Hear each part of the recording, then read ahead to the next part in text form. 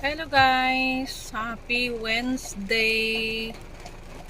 It's a big rainy day. This is the morning and Kuan Yin. Look, I'm here in Aaron's home there at fifth floor.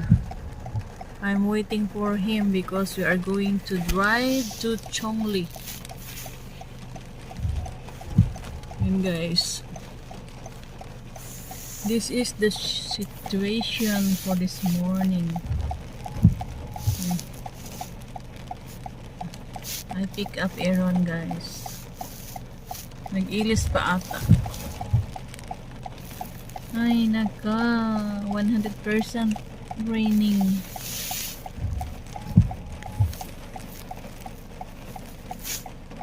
We look the clouds guys.